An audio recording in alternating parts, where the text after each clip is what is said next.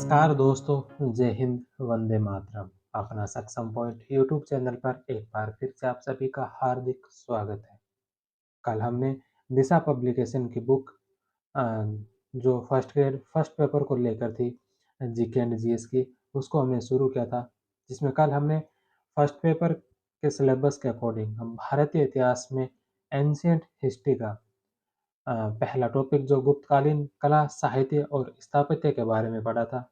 आज हम भारतीय इतिहास की मध्यकालीन भारतीय इतिहास का टॉपिक पढ़ेंगे, जिसमें मुगलकालीन कला, साहित्य और स्थापत्य के बारे में। इसके पश्चात कल की क्लास में हम आधुनिक भारतीय इतिहास के टॉपिक के बारे में अध्ययन करेंगे। तो आज हम मध्यकालीन भारतीय इतिहास का टॉपिक मुगलकालीन कला, साहित्य और स्थापत्य से संबंधित कुछ महत्वपूर्ण प्रश्नोत्तर करते हैं।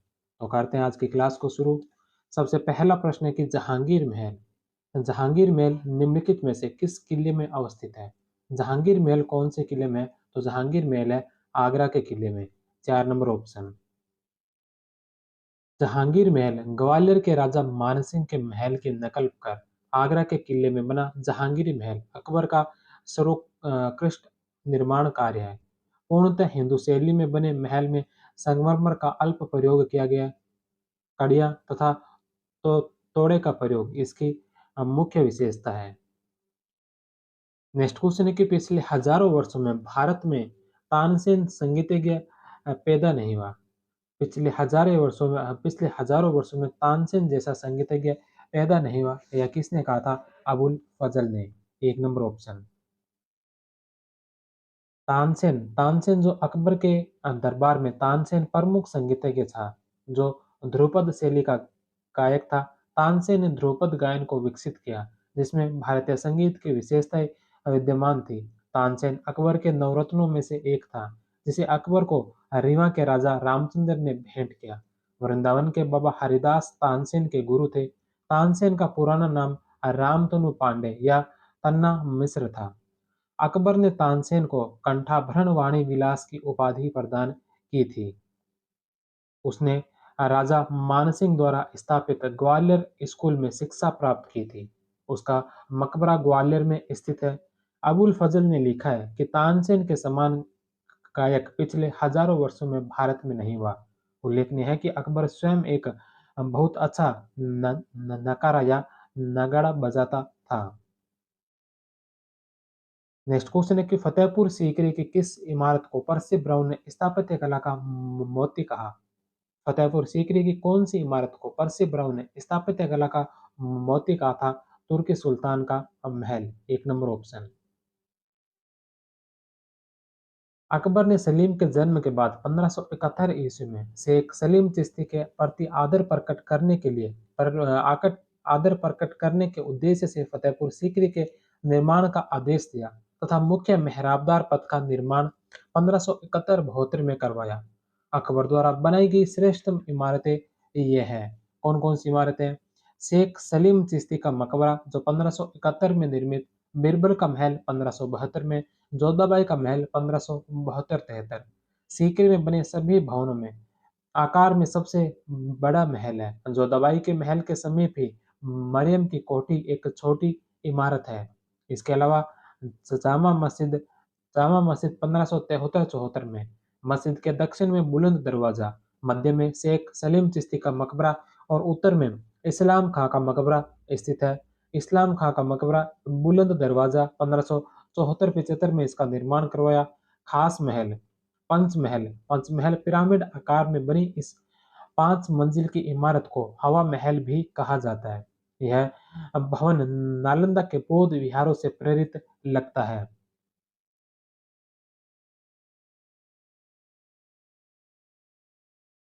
इस इमारत के स्तंभों पर विभिन्न धर्मों व संप्रदायों के निशान उभरे हुए हैं। तुर्की सुल्तान की कोठी। इस इमारत का निर्माण संभवतः रुकिया बेगम या फिर सलीमा बेगम के लिए किया गया था। तुर्की सुल्तान का महल इतना सुंदर है कि पर्सी ब्राउन ने उसे स्थापत्य कला का मोती कहा है। नेक्स्ट क्वेश्चन है कि निम्नलिखित इमारतों में से मुगल बादशाह बाबर के द्वारा निर्मित इमारतें हैं। मुगल साम्राज्य के संस्थापक बाबर के द्वारा निर्मित इमारतें इसमें से कौन कौन सी है? तो इसमें पहली काबुली बाग मस्जिद जो पानीपत में काबुली बाग बाग मस्जिद जो पानीपत में यह बाबर के द्वारा निर्मित है। इसके अलावा संभल की जामा मस्जिद जिसका अभी विवाद चल रहा है, वही जामा मस्जिद, यह भी बाबर के द्वारा निर्मित है। इसके अलावा पंचमहल दिल्ली, दिल्ली का जो पंचमहल है, इसका निर्माण अकबर के समय हुआ था। जो फतेहपुर सीकरी के 5 महलों का जो निर्माण करवाया था, उसी में पंचमहल दिल्ली है अकबर के द्वारा निर्मित। और इसके अलावा जो हिसार की जामा मस्जिद है, हिसार की जामा मस्जिद का निर्माण जो करवाया था, यह करवाया था फिरोज शाह तुगलक के द्वारा। फिरोज शाह तुगलक ने तुगलक वंश के शासक फिरोज शाह तुगलक ने हिसार के जामा मस्जिद का निर्माण करवाया। तो इसमें बाबर के द्वारा निर्मित काबुली बाग मस्जिद पानीपत की और संभल की जामा मस्जिद 1 और 3, 2 नंबर ऑप्शन। बाबर ने अपने आराम के लिए आगरा में ज्यामितीय आधार पर आराम बाग का निर्माण करवाया।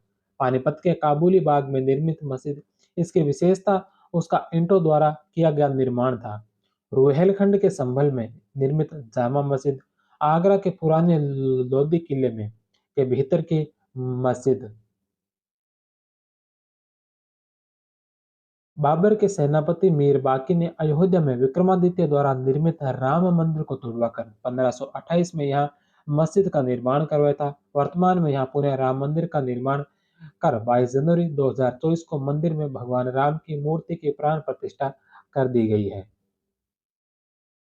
नेक्स्ट क्वेश्चन है कि हुमायूं कौन से ईरानी चित्रकार या कलाकार को अपने साथ भारत लेकर आया था? हुमायूं कौन से ईरानी चित्रकार को अपने साथ भारत लेके आया था? मीर सैयद अली को। सैयद अली को जो हुमायूं अपने साथ जो भारत लेकर आया था। इसके अलावा जो आका रिजा और फारूक बेग है, ये दोनों अकबर कालीन चित्रकार है। और बिहाजाद है जो ये बाबर कालीन चित्रकार है। तो मीर सैयद अली ये हुमायूं कालीन है जिसे हुमायूं अपने साथ भारत लेके आया था।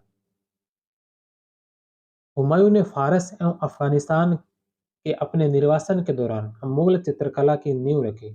फारस में ही हुमायूं की मुलाकात वहां के दो महानतम कलाकार मीर सैयद अली और ख्वाजा अब्दुल समद से हुई। हुमायूं की अस्थायी राजधानी काबुल में मीर सैयद अली की अध्यक्षता में चित्रशाला की नींव रखी गई। मीर मुसबिर जो मीर सैयद अली का पिता था, जो अपने पुत्र के साथ भारत आया था। हुमायूं ने मीर सैयद अली को नादिर उल असर और अब्दुल समद को सीरी कलम की उपाधि प्रदान की थी। नेक्स्ट क्वेश्चन है कि मुगल दरबार में ईरान के चित्रकार मीर सैयद अली और अब्दुल समद को कौन लाया था? मुगल दरबार में ईरान के चित्रकार मीर सैयद अली और अब्दुल समद को कौन लेकर आया था? हुमायूं। 3 number option.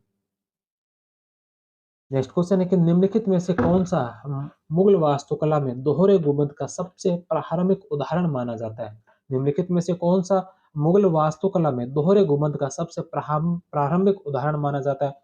हुमायूं का मकबरा जो दिल्ली में स्थित है। 1 नंबर ऑप्शन। हाजी बेगम ने अपने पति हुमायूं के मकबरे का निर्माण दिल्ली दीन पनाह में 1564 में करवाया था। इस मकबरे का नक्शा मेरक मिर्जा ग्यास ईरानी वास्तुकार था। मेरक मिर्जा ग्यास ने तैयार किया। मुख्य रूप से लाल बलुआ पत्थर से निर्मित काले व श्वेत संगमरमर से बना यह भारत का प्रथम दोहरे गुंबद वाला मकबरा है। इस मकबरे के पारित एक बाग की रचना हुई, जिसके कारण इसे भारत में चार बाग शैली का पहला बाग मकबरा माना जाता है। भारत का अ, चार बाग शैली का पहला मकबरा और इसी के साथ ही दोहरे गुंबद वाला भी भारत का पहला मकबरा है।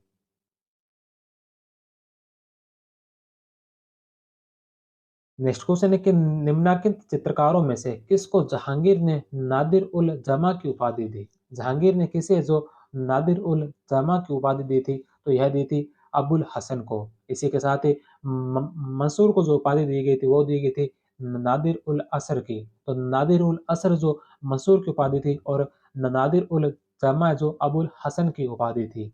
1 नंबर ऑप्शन इसका राइट होगा। अब मुगल सम्राटों में जहांगीर के समय चित्रकारी अपने उच्चतम स्तर पर पहुंची थी। जहांगीर के समय को चित्रकला का स्वर्ण काल कहा जाता है। जहांगीर ने हेरात के चित्रकार अक्का रेजा के नेतृत्व में आगरा में एक चित्रणशाला की स्थापना की थी। जहांगीर के समय के प्रमुख चित्रकार हैं दौलत मनोहर, फारूक बैद, बिशन दास, अबुल हसन और मंसूर। जहांगीर के शासनकाल में साइफा बानो और नादिरा बानो, रुकमे बानो प्रमुख महिला चित्रकार भी थी।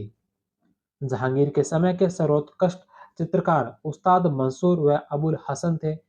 सम्राट जहांगीर ने उन दोनों को क्रमशः नादिर उल असर यानी युग शिरोमणि उस्ताद मंसूर को और नादिर उल जमा अबुल हसन को उपाधि प्रदान की थी।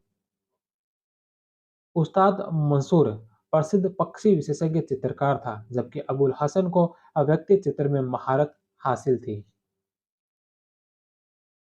नेक्स्ट क्वेश्चन है कि अकबर के शासनकाल के दौरान पंचतंत्र का फारसी में अनुवाद किसने किया? अकबर के शासनकाल के दौरान पंचतंत्र का फारसी में अनुवाद किसने किया था? अबुल फजल ने। 3 नंबर ऑप्शन। अकबर ने अपने राजकवि फैजी की अध्यक्षता में एक अनुवाद विभाग की स्थापना की थी। इस अनुवाद विभाग में कौन कौन से पुस्तकों का अनुवाद किया गया और किसके द्वारा किया गया? तो सबसे पहले संस्कृत ग्रंथ महाभारत का अनुवाद किया गया था रज्मनामा नाम से फारसी के अंदर। महाभारत का फारसी में अनुवाद रज्मनामा नाम से किया और इसमें अनुवादक थे फैजी, नकीब खां, शेख सुल्तान हाजी, मुल्ला शेरी और बदायूनी।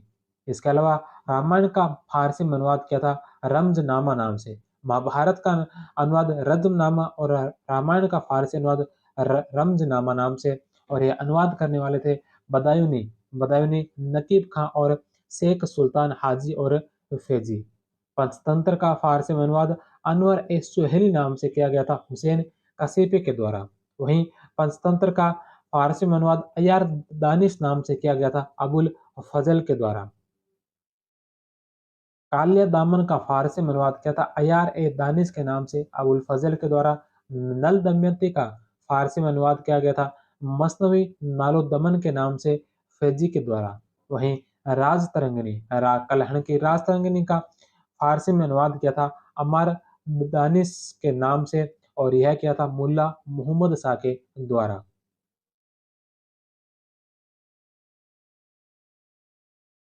नेक्स्ट क्वेश्चन है कि 16वीं शताब्दी में संपन्न महाभारत का फारसी अनुवाद कहलाता है। 16वीं शताब्दी में संपन्न महाभारत का जो फारसी अनुवाद क्या किस नाम से कहलाता है? रज्मनामा। रमजनामा जो रामायण है, रज्मनामा जो महाभारत का अनुवाद है जो फैजी के द्वारा किया गया था।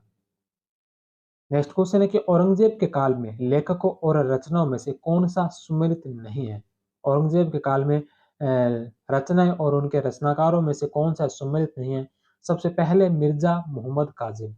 आलमगीरनामा आलमगीरनामा की रचना मिर्जा मोहम्मद काजिम के द्वारा की गई। खुलासा उत तवारिक जो रचना है यह मोहम्मद साकी की नहीं है। खुलासा उत तवारिक जो रचना है सुजान राय भंडारी के द्वारा की गई थी। मोहम्मद साकी इसका गलत होगा। 2 नंबर इसका सुमेलित है। नुस्खा ए दिलखुशा की रचना भीमसेन के द्वारा की गई और फुतुहात आलमगीर जो ईश्वरदास नागर की रचना है। 1, 3 और 4 सही है। 2 नंबर इसका सुमेलित होगा। सुजान राय भंडारी द्वारा लिखित खुलासा उत तवारीख रचना में महाभारत काल से लेकर शाहजहां की मृत्यु तक का संक्षिप्त इतिहास दिया गया है। नेक्स्ट क्वेश्चन है कि सुमेलित नहीं है, इसमें से कौन सा जो सुमेलित नहीं है? आराम बाग जो आगरा में आराम बाग का निर्माण किया था यह बाबर के द्वारा करवाया गया था, तो पहला सही है। दूसरा निशात बाग, श्रीनगर का जो निशांत बाग है यह श्रीनगर का निशांत बाग अकबर के द्वारा, यह अकबर के द्वारा नहीं बल्कि यह जहांगीर की पत्नी नूरजहां के जो भाई थे आसिफ खां उन्होंने यह निशांत बाग का निर्माण करवाया था। यह जहांगीर के समय निर्माण हुआ था और यह इसका निर्माण कराया था आसिफ खान ने, तो अकबर इसका असुमेलित होगा। 2 नंबर इसका असुमेलित है। तीसरा शालीमार बाग, लाहौर का शालीमार बाग शाहजहां के काल में निर्मित है और पंचकुला का पिंजौर बाग है जो औरंगजेब के समय बनवाया गया। 1, 3 और 4 सही है। 2 नंबर इसका गलत होगा। निशात बाग को जहांगीर की पत्नी नूरजहां के भाई आसिफ खान ने श्रीनगर जम्मू कश्मीर में बनवाया। मुगल सम्राट जहांगीर ने शालीमार बाग जो जम्मू कश्मीर है वह शालीमार बाग जो लाहौर में का निर्माण करवाया था। जहांगीर ने जम्मू कश्मीर और लाहौर दोनों में जो शालीमार बाग का निर्माण करवाया था। पिंजौर बाग जो पंचकुला हरियाणा में है, इसका निर्माण औरंगजेब और उनके चचेरे भाई नवाब फिदाई खान ने करवाया था। आराम बाग का निर्माण बाबर ने 1528 में आगरा में करवाया था।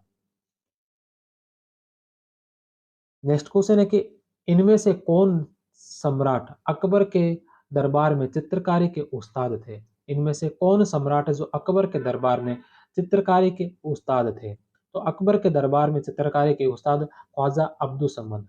अबुल हसन है जो जहांगीर के दरबार में थे। उस्ताद मंसूर भी जहांगीर के दरबार में थे। अकबर के दरबार में ख्वाजा अब्दुल समद। 3 number option. अकबर ने चित्रकारी के विकास हेतु अब्दुसम्मद के नेतृत्व में एक अलग विभाग तस्वीर खाना चित्रकला विभाग का निर्माण करवाया। उनकी मधुर एवं कोमल चित्रशैली के फलस्वरूप उन्हें अकबर ने सीरी कलम की उपाधि दी थी। नेक्स्ट क्वेश्चन है कि धरातलीय सजावट की पिट्राड्यूरा का सर्वप्रथम प्रस्तुतिकरण निम्न में से किसमें है? पिट्राड्यूरा का प्रयोग सबसे पहले किस में किया गया था? तो यह किया गया था एतमादुल्ला के मकबरे में। 4 नंबर ऑप्शन। एतमादुल्ला का मकबरा नूरजहां ने 1622 से 28 के मध्य अपने पिता मिर्जा गयास बेग की याद में बनवाया। यह आगरा में यमुना नदी के तट पर स्थित अत्यंत अलंकृत इमारत है। मुख्य मकबरा श्वेत संगमरमर का है। इस मकबरे का अपना विशिष्ट स्थान है। यह पहली कृति है जो पूर्णतः संगमरमर में बनाई गई है। इसमें गुदाई हुए संगमरमर के अलावा पिट्राडूरा का प्रयोग सजावट हेतु पहली बार किया गया। संगमरमर की खोदाई एवं उनमें चमकीले पत्थरों का जड़ना और अलंकृत करना ही पिट्राड्यूरा है। नेक्स्ट क्वेश्चन है कि निम्नलिखित चित्रकारों में से किसे सीरी कलम की उपाधि अकबर द्वारा दी गई? अकबर ने सीरी कलम की उपाधि कौन से चित्रकार को दी थी? अब्दुल समद को। 2 नंबर ऑप्शन। मुगलकालीन कलाकार और उनकी उपाधियां। ख्वाजा अब्दुल समद की उपाधि थी सीरी कलम। उस्ताद मंसूर की उपाधि थी नादिर उल असर। उस्ताद अहमद लाहौरी की नादिर उल असरार। अबुल हसन अबुल हसन की नादिर उल जमा। हिजाज की उपाधि थी पूर्व का राफेल। मुल्ला मोहम्मद हुसैन कश्मीरी को जर्री कलम की उपाधि थी। तानसेन को कंठाभरण वाणी विलास की उपाधि दी गई थी। इसके अलावा बिरबल को कविप्रिय की उपाधि, लाल खां जो एक संगीतज्ञ था, लाल खां को गुण समुद्र की उपाधि, हरि विजय सूरी को जगत गुरु और जिनचंद्र सूरी को युग प्रदान की उपाधि से नवाजा गया था। नेक्स्ट क्वेश्चन है कि मुगलों की दरबारी भाषा क्या थी? मुगलों की दरबारी भाषा कौन सी थी? तो मुगलों की दरबारी भाषा थी फारसी। 1 नंबर ऑप्शन। मुगल काल में दरबारी भाषा फारसी थी। अकबर द्वारा स्थापित अनुवाद विभाग में संस्कृत, अरबी, तुर्की एवं ग्रीक भाषाओं की अनेक कृतियों का अनुवाद फारसी भाषा में किया गया है। नेक्स्ट क्वेश्चन है कि वह कौन से मुगल शासक थे जिन्होंने अपनी आत्मकथा लिखी? वह कौन से मुगल शासक थे जिन्होंने अपनी आत्मकथाएं लिखी थी? तो आत्मकथा लिखने वाले मुगल शासक थे जहांगीर, बाबर और जहांगीर ने जो अपनी आत्मकथाएं लिखी थी। 1 नंबर ऑप्शन। बाबर ने तुर्की भाषा में तुजुके बाबरी बाबरनामा नाम से आत्मकथा लिखी। बाबर ने एक नई काव्य शैली मुंबईयान को प्रारंभ किया। बाबर ने कविताओं का संग्रह दीवान जो तुर्की भाषा में था नाम से करवाया। जहांगीर ने तुजुके जहांगीरी, बाबर ने तुजुके बाबरी, जहांगीर ने तुजुके जहांगीरी। जहांगीर की आत्मकथा फारसी भाषा में लिखना शुरू किया। बाबर ने जो अपनी आत्मकथा लिखी थी तुर्की भाषा में लिखी थी तुजुके बाबरी नाम से। जहांगीर ने जो फारसी भाषा में अपनी आत्मकथा लिखी थी, लेकिन अपने शासनकाल के 16 वर्ष तक कार्य करने के बाद बंद कर दिया। तत्पश्चात उसे मोतमिद खान ने शुरू किया, किंतु अंतिम रूप से इस पुस्तक को मोहम्मद हादिक ने पूरा किया था। नेक्स्ट क्वेश्चन है कि गुलबदन बेगम द्वारा रचित ग्रंथ है। गुलबदन बेगम के द्वारा रचित ग्रंथ कौन सा है? तो गुलबदन बेगम के द्वारा रचित ग्रंथ है हुमायूं नामा। हुमायूं नामा जो गुलबदन बेगम का है। बाबर नामा जो स्वयं बाबर की आत्मकथा है। और अकबर नामा जो लिखा था यह अबुल फजल ने लिखा था। तो गुलबदन बेगम का हुमायूं नामा। 3 नंबर ऑप्शन। गुलबदन बेगम बाबर की पुत्री थी। उसका जन्म 1523 ईस्वी में तथा मृत्यु 1603 ईस्वी में हुई। उसने अपनी प्रसिद्ध रचना हुमायूंनामा में ऐतिहासिक विवरण लिखे। अकबर उसका बहुत सम्मान करता था। गुलबदन बेगम ने स्वयं लिखा है कि उसने अकबर के आदेश पर बाबर और हुमायूं का इतिहास अपने स्मृति से लिखा था। गुलबदन बेगम ने अपनी इस रचना में हुमायूं और कामरान के मध्य युद्ध का वर्णन भी किया है। नेक्स्ट क्वेश्चन है कि निम्न में से किस मुगल शहजादी ने ऐतिहासिक वृत्तांत लिखा। निम्न में से किस मुगल शहजादी ने ऐतिहासिक वृत्तांत लिखा था। गुलबदन बेगम ने।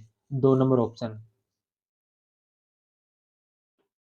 नेक्स्ट क्वेश्चन है कि मुगल काल में सर्वप्रथम किस शासक के शासनकाल में संस्कृत भाषा के लेखन को आश्रय मिला। मुगल काल में सर्वप्रथम किस शासक के शासनकाल में संस्कृत भाषा के लेखन को आश्रय मिला था। अकबर के शासनकाल में। 1 नंबर ऑप्शन। अकबर प्रथम मुगल शासक था जिसने कि संस्कृत को परिचय दिया। अकबर के शासनकाल में ही फारसी प्रकाश नामक प्रथम फारसी संस्कृत शब्दकोश संकलित हुआ जिसे जैन विद्वान परमशंकर ने तैयार किया था। नेक्स्ट क्वेश्चन है मुगल काल में मंजिल आबादी सिपह आबादी और मुल्क आबादी का संबंध किससे था। मुगल काल में मंजिल आबादी सिपह आबादी और मुल्क आबादी का संबंध किससे था। तो ये पुस्तकों के भाग थे। 1 नंबर ऑप्शन। अकबरनामा अबुल फजल द्वारा 7 वर्षों में लिखी गई। अबुल फजल के द्वारा 7 वर्षों में लिखी गई 1591 से 1598 के मध्य। यह पुस्तक 3 जिल्दों में बंटी है। इसकी आखिरी जिल्द आईने अकबरी है। आईने अकबरी पुनः 5 भागों में बंटी है। यह पुस्तक अकबरकालीन शासन प्रणाली तथा मुगल आर्थिक जीवन का एक महत्वपूर्ण स्रोत है। इसके अंतिम भाग में अबुल फजल की जीवनी वर्णित है। आइन 5 भागों दफ्तर का 5 भागों का संकलन है। इसके पहले 3 भाग प्रकाशन का विवरण देते हैं। मंजिल आबादी के नाम से पहली किताब शाही घर परिवार और उसके रख रखाव से ताल्लुक रखती है। दूसरा भाग जिसे सिपह आबादी कहा गया जिसमें सैनिक और नागरिक प्रशासन इसके अलावा नौकरों की व्यवस्था की जानकारी है।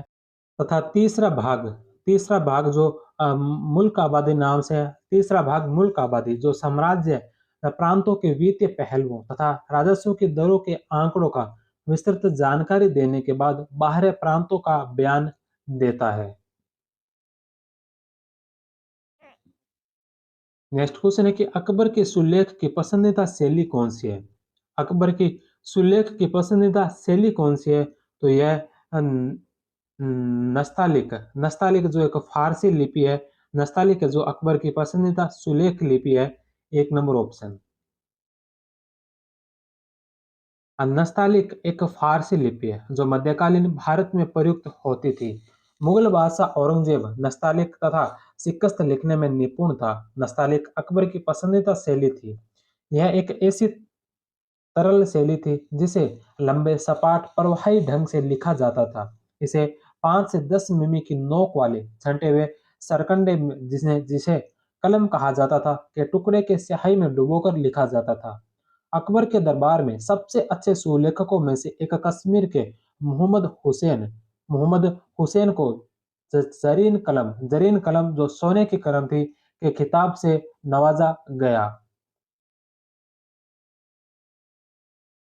नेक्स्ट क्वेश्चन है कि निम्न मुसलमान विद्वानों में से हिंदी साहित्य के लिए किसका सबसे महत्वपूर्ण योगदान है। निम्न मुसलमान विद्वानों में से हिंदी साहित्य के लिए सबसे महत्वपूर्ण योगदान किसका है। अब्दुल रहीम खान खाना। 3 नंबर ऑप्शन। अकबर का काल हिंदी काव्य का स्वर्ण काल कहा जाता है। इस युग में हिंदी केवल हिंदुओं की ही धरोहर नहीं थी अपितु इस पर मुसलमानों का भी सम्यक अधिकार था। फारसी अरबी तुर्की संस्कृत हिंदी तथा राजस्थानी के मर्मज्ञ अब्दुल रहीम खान खाना इन सब में मुखर स्थान रखते थे। हिंदी काव्य का कोई भी इतिहास खान खाना के सम्मान में उल्लेख के बिना अधूरा है। उनका प्रसिद्ध ग्रंथ रहीम सतसई दोहों का संग्रह है। रहीम सतसई जो दोहों का संग्रह है। नेक्स्ट क्वेश्चन है कि तुलसीदास के द्वारा रामचरितमानस की रचना किसके शासनकाल में हुई थी। रामचरितमानस की रचना किसके शासनकाल में हुई थी। अकबर के शासनकाल में तुलसीदास के द्वारा। एक नंबर ऑप्शन। मुगलकालीन हिंदी साहित्य का उत्कृष्ट काल था, जिसमें मलिक मुहम्मद जायसी, तुलसीदास, अब्दुल रहीम खान खाना और बिरबल अकबर के काल के प्रसिद्ध कवि थे। तुलसीदास ने इसी समय रामचरितमानस की रचना की थी। नेक्स्ट क्वेश्चन है कि मुगल सम्राट अकबर के समय का प्रसिद्ध चित्रकार था। मुगल सम्राट अकबर के समय का प्रसिद्ध चित्रकार कौन था? तो यह था दसवंत। इसके अलावा अबुल हसन, किशनदास और उस्ताद मंसूर। अबुल हसन, किशनदास और उस्ताद मंसूर, ये तीनों ही जो जहांगीर के काल के चित्रकार थे। अकबर के काल का चित्रकार था दसवंत। 2 नंबर ऑप्शन इसका राइट आंसर होगा। अकबरकालीन चित्रकारों के नाम अ, अबुल फजल ने अपने आईने अकबरी में गिनाए हैं, जिनमें प्रमुख है दसवंत, बसावन, केशवलाल, मुकुंद, मिस्किन, फारूक कलमक, माधु, जगन, महेश, खेमकर्ण, तारा, सांवल, हरिवंश। दसवंत जो एक कहार का बेटा था, के काम से अकबर इतना प्रभावित हुआ था कि उसने इसे अपने समय का पहला अग्रणी कलाकार बनने में सहयोग दिया। किंतु बाद में यह महान चित्रकार मानसिक रूप से विक्षिप्त हो गया और 1584 में इसने आत्महत्या कर ली। नेक्स्ट क्वेश्चन है कि मुगलकालीन चित्रकार जो शिकार के चित्र बनाने में निपुण था। मुगलकालीन वह चित्रकार कौन है जो शिकार के चित्र बनाने में निपुण था? तो वह था मनोहर। 1 नंबर ऑप्शन। उस्ताद मंसूर दुर्लभ पशुओं, शिकार, बिरले पक्षियों व अनोखे पुष्पों का चित्रकार था। जहांगीर कालीन प्रसिद्ध चित्र और उनके चित्रकार। सबसे पहले नंबर पर बंगाल का एक अनोखा पुष्प। बंगाल का अनोखा पुष्प बनाने वाले चित्रकार थे मंसूर। साइबेरिया का बिरला सारस बनाया था, यह भी मंसूर ने। इसके अलावा शेर का शिकार करते हुए जहांगीर का चित्र बनाया था मनोहर के द्वारा। इसके अलावा अबुल हसन के दो प्रमुख चित्र आते हैं जहांगीर के काल के, जिसमें तुजो के जहांगीर के मुख्य पृष्ठ का चित्र और ड्यूटर के सेंट पॉल का चित्र। ड्यूटर के सेंट पॉल का चित्र और तुजो के जहांगीर के मुख्य पृष्ठ का जो चित्र है यह अबुल हसन के द्वारा बनाया गया था। और बीजापुर सुल्तान आदिल शाह का चित्र, जो फारूक बे के द्वारा जहांगीर के काल में चित्रित किया गया था। नेक्स्ट क्वेश्चन है कि दिल्ली की प्रसिद्ध जामा मस्जिद का निर्माण किसने किया? दिल्ली की प्रसिद्ध जामा मस्जिद का निर्माण किसने करवाया था? शाहजहां ने। 2 नंबर ऑप्शन। दिल्ली की जामा मस्जिद का निर्माण शाहजहां ने करवाया। शाहजहां द्वारा निर्मित इमारतों में दीवाने आम, दीवाने खास, शीश महल, मोती मस्जिद, खास महल, मुसम्मन बुर्ज, नगीना मस्जिद, जामा मस्जिद, ताजमहल तथा लाल किला प्रमुख है। नेक्स्ट क्वेश्चन है कि किस मुगल सम्राट के शासनकाल में मयूर सिंहासन का निर्माण किया गया? कौन से मुगल सम्राट के काल में मयूर सिंहासन का निर्माण हुआ था? तो इसका निर्माण हुआ था शाहजहां के काल में। 1 नंबर ऑप्शन। रत्न जड़ित सिंहासन आगरा महल के सार्वजनिक सभा भवन में रखे शाहजहां के रत्न जड़ित सिंहासन तख्त ए मुरसा के बारे में बादशाहनामा में लिखा है कि संरचना में एक छतरी है जो 12 कोणीय स्तंभों पर टिकी है। इसकी ऊंचाई सीढ़ियों से गुंबद तक 5 क्यूबिट लगभग 10 फुट है। अपने राज्यारोहण के समय महामहिम ने यह आदेश दिया कि 86 लाख रुपए के रत्न तथा बहुमूल्य पत्थर और 1 लाख तोला सोना, जिसकी कीमत 14 लाख रुपए है, से इसे सजाया जाना चाहिए। सिंहासन की साज सज्जा में 7 वर्ष लग गए। इसकी सजावट में प्रयुक्त हुए बहुमूल्य पत्थरों में रूबी था, जिसकी कीमत 1 लाख रुपए थी, जिसे शाह अब्बास सफावी ने दिवंगत बादशाह जहांगीर को भेजा था। इस रूबी पर महान बादशाह तिमूर साहिब ए किरान, मिर्जा शाहरुख, मिर्जा उलुग बेग और शाह अब्बास के साथ साथ अकबर, जहांगीर और स्वयं महामहिम के नाम अंकित थे। नेक्स्ट क्वेश्चन है कि बीबी का मकबरा का निर्माता कौन था? बीबी का मकबरा का निर्माता कौन था? औरंगजेब। 4 number option. भारत में बीबी का मकबरा महाराष्ट्र राज्य में औरंगाबाद में अवस्थित है। इस मकबरे का निर्माण मुगल बादशाह औरंगजेब द्वारा अपनी पहली पत्नी दिलरास बानो बेगम रबिया उद दौरानी की याद में 1678 ईस्वी में करवाया गया था। इसकी स्थापत्य कला शैली सुप्रसिद्ध ताजमहल पर आधारित थी। अतः इसे द्वितीय ताजमहल अथवा दक्कन का ताजमहल भी कहा जाता है। नेक्स्ट क्वेश्चन है कि औरंगजेब द्वारा सफेद संगमरमर में बनाई गई मस्जिद का नाम क्या था? औरंगजेब के द्वारा सफेद संगमरमर में बनाई गई मस्जिद का नाम क्या था? लाल किले की मोती मस्जिद। लाल किले की मोती मस्जिद है जो औरंगजेब के द्वारा बनाई गई थी, जो सफेद संगमरमर में बनी थी। इसके अलावा दिल्ली की जामा मस्जिद जो शाहजहां के द्वारा बनाई गई। औरंगाबाद का बीबी का मकबरा औरंगाबाद का बीबी का मकबरा यह भी औरंगजेब के द्वारा निर्मित है। तो इसका सफेद संगमरमर से बनाई गई मस्जिद लाल किले की मोती मस्जिद, 2 नंबर ऑप्शन इसका राइट होगा। औरंगजेब ने 1659 में दिल्ली की मोती मस्जिद के अधूरे कार्य को पूर्ण किया। 1674 में उसने लाहौर में बादशाही मस्जिद का निर्माण करवाया था। नेक्स्ट क्वेश्चन है कि शाहजहां के समय का प्रथम सरकारी इतिहासकार था। शाहजहां के समय का प्रथम सरकारी इतिहासकार कौन था? मोहम्मद अमीन कज़विनी। मोहम्मद अमीन कज़विनी है जो शाहजहां के समय का प्रथम सरकारी इतिहासकार था। शाहजहां के समय में अनेक ऐतिहासिक पुस्तकें लिखी गई, जिसमें उसके दरबारी इतिहासकार अब्दुल हमीद लाहौरी, पादशाहनामा मोहम्मद अमीन कज़विनी, पादशाहनामा मोहम्मद सादिक का पादशाहनामा, इनायत खां का पादशाहनामा तथा मोहम्मद सालेह अमले सालेह प्रमुख है। मोहम्मद अमीन कज़विनी शाहजहां के समय का प्रथम सरकारी इतिहासकार था। दारासिकों ने अनेक ग्रंथों जिसमें भगवत गीता भगवत गीता एवं योग वशिष्ठ का स्वयं अपनी देखरेख में फारसी में अनुवाद करवाया। इसके अतिरिक्त उसने स्वयं तथा काशी के पंडितों की सहायता से 52 उपनिषदों का सिर ए अकबर द ग्रेट सीक्रेट नाम से फारसी में अनुवाद करवाया था।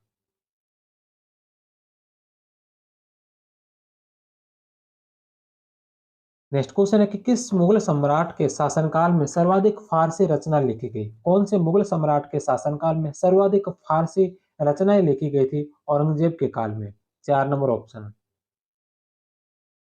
औरंगजेब अपने साम्राज्य में इतिहास लेखन के विरुद्ध था, इसलिए खफी खां को मुतखव-उल-तवारीख औरंगजेब के शासनकाल का आलोचनात्मक वर्णन की रचना गुप्त रूप से करनी पड़ी। फिर भी औरंगजेब के समय में अनेक ऐतिहासिक पुस्तकें फारसी भाषा में लिखी गई, जिसमें खफी खां का मुतखव-उत-तवारीख, ईश्वरदास का फुतुहात-ए-आलमगीरी, भीमसेन बुरहानपुरी का नुस्खा-ए-दिलखुशा आदि प्रमुख है। औरंगजेब के काल में मोहम्मद साकी के द्वारा लिखी गई नासिर-ए-आलमगीरी को डॉक्टर जदुनाथ सरकार ने मुगल राज्य का गजेटियर कहा है। नासिर-ए-आलमगीरी नासिर-ए-आलमगीरी जो मोहम्मद साकी के द्वारा औरंगजेब के काल में लिखी गई थी, इसे डॉक्टर जदुनाथ सरकार ने मुगल राज्य का गजेटियर कहा है। औरंगजेब ने अनेक अरबी ग्रंथों की सहायता से फारसी में एक न्याय और कानून की पुस्तक फतवा-ए-आलमगीरी का संकलन करवाया। इसे भारत में रचित मुस्लिम कानून का सबसे बड़ा डाइजेस्ट माना गया है। मुस्लिम कानून का सबसे बड़ा डाइजेस्ट जो फतवा आलमगीरी है, इसे माना गया। नेक्स्ट क्वेश्चन है कि मुगल वास्तुशिल्प मिश्रण है। मुगल वास्तुशिल्प किसका मिश्रण है? तो मुगल वास्तुशिल्प है फारसी और भारतीय शैलियों का मिश्रण। 4 नंबर ऑप्शन। नेक्स्ट क्वेश्चन है कि मुगल कालीन स्थापत्य एवं कला को भारतीय कला के सम्मिश्रण एवं ईरानी कला और इस्लामिक कला के प्रभाव के आधार पर मुगल कालीन स्थापत्य एवं कला को भारतीय कला के सम्मिश्रण एवं ईरानी कला और इस्लामिक कला के प्रभाव के आधार पर इंडो इस्लामिक शैली तथा मुगल शैली के नाम से अभिहित किया जाता है। अगला क्वेश्चन है कि बाबर का मकबरा स्थित है। बाबर का मकबरा कहाँ स्थित है? तो बाबर का मकबरा स्थित है काबुल के अंदर। पहले मुगल सम्राट और अंतिम मुगल सम्राट दोनों के ही मकबरे भारत से बाहर है। पहला मुगल सम्राट बाबर जिसका मकबरा काबुल में है और अंतिम मुगल सम्राट मोहम्मद शाह मोहम्मद शाह बहादुर शाह जफर, तो बहादुर शाह जफर का भी रंगून के अंदर जो मकबरा है, तो पहले और अंतिम दोनों के मकबरे भारत से बाहर है।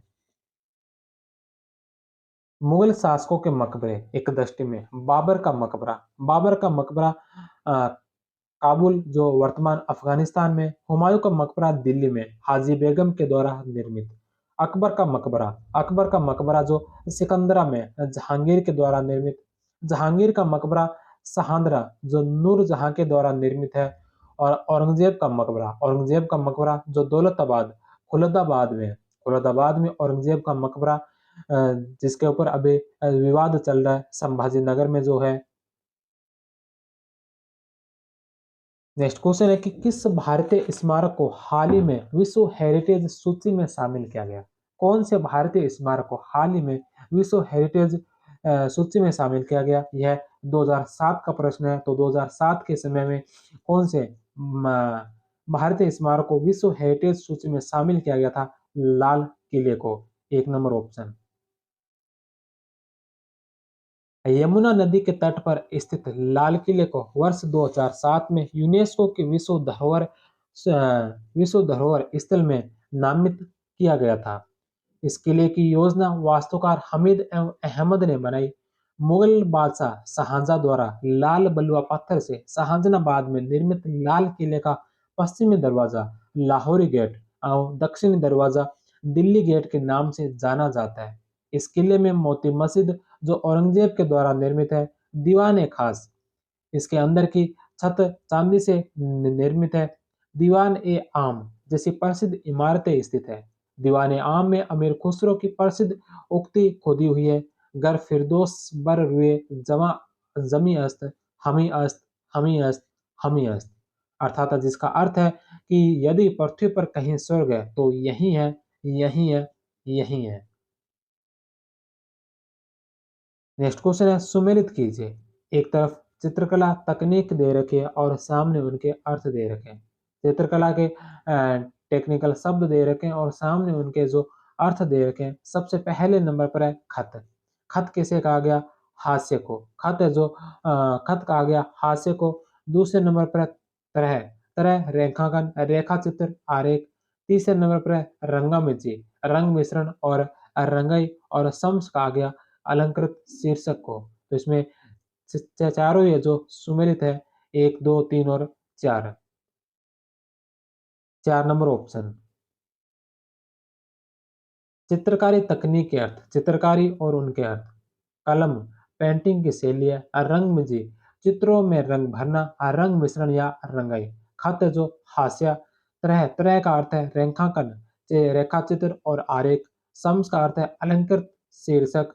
चिहिरनामा, चिहिरनामा पोर्ट्रेट बनाने को चिहिरनामा कहा गया। मुरका, मुरका जो सूक्ष्म चित्रों की पुस्तिका को मुरका कहा गया। चरबा, चरबा जो चिंकारा की पारदर्शी खाल के टुकड़े पर अनुरेखण करके अब बना गया रेखा चित्र।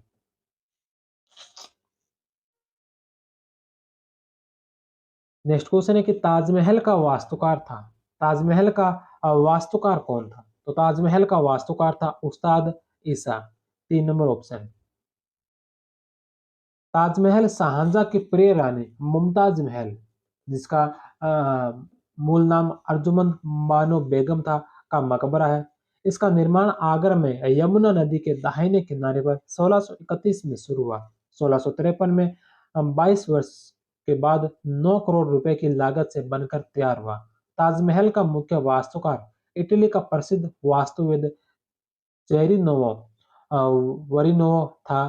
ताजमहल का मुख्य प्रारूपकार अहमद लाहौरी था, जिसे शाहजहां ने नादिर उल असर की उपाधि दी थी। ताजमहल का भारतीय शिल्पकार उस्ताद इंसा खां था। ताजमहल कंदाकार गुबंद, ताजमहल का अंडाकार गुबंद का उत्कृष्ट नमूना है। ताजमहल के अंदर के भाग में पिट्राडूरा शैली में सुंदर सजावट का काम किया गया है। ताजमहल पर कुरान की आयतें उत्कीर्णित हैं। इस पर उत्कीर्णित का कार्य अमानत उल सिराजी ने किया था। ताजमहल हुमायूं के मकबरे से प्रेरित था। ताजमहल में शाहजहां कालीन वास्तुकला चरमोत्कर्ष दिखाई देता है। नेक्स्ट क्वेश्चन है, सुमेलित कीजिए। एक तरफ कलाकारों के नाम है और सामने उनकी उपाधियां दे रखी है। एक तरफ कलाकारों के नाम है और सामने जो उनकी उपाधियां दे रखी है। सबसे पहले नंबर पर है अब्दुल समद। अब्दुल समद की उपाधि क्या थी? तो अब्दुल समद को उपाधि दी गई थी सिरी कलम की। दूसरे नंबर पर है अबुल हसन। अबुल हसन की क्या उपाधि थी? तो अबुल हसन की उपाधि थी नादिर उल जमा। तीसरे नंबर पर है कश्मीर का मोहम्मद हुसैन। कश्मीर का मोहम्मद हुसैन की उपाधि क्या थी? जर्री कलम। और चौथे नंबर पर है उस्ताद मंसूर। उस्ताद मंसूर की उपाधि थी नादिर उल असर। अब्दुल समद की शेरी कलम, अबुल हसन की नादिर उल जमा, कश्मीर का मोहम्मद हुसैन की जर्री कलम और उस्ताद मंसूर के जो नादिर उल असर। तीन, चार, एक और दो। चार नंबर ऑप्शन। कलाकार और उनकी उपाधियां। बेहजाद की उपाधि थी पूर्व का राफेल। उस्ताद अहमद लाहौरी की उपाधि थी नादिर उल असरार। उस्ताद मंसूर की थी नादिर उल असर। अबुल हसन की थी नादिर उल जमा। मुल्ला मोहम्मद हुसैन कश्मीरी। मुल्ला मोहम्मद हुसैन कश्मीरी की थी जर्री कलम। और ख्वाजा अब्दुल समद की उपाधि थी सिर्री कलम। नेक्स्ट क्वेश्चन है कि बाग ए नीलोफर का निर्माण किस शासक ने करवाया था? बाग ए नीलोफर का निर्माण जो करवाया था, यह करवाया था बाबर के द्वारा। चार नंबर ऑप्शन।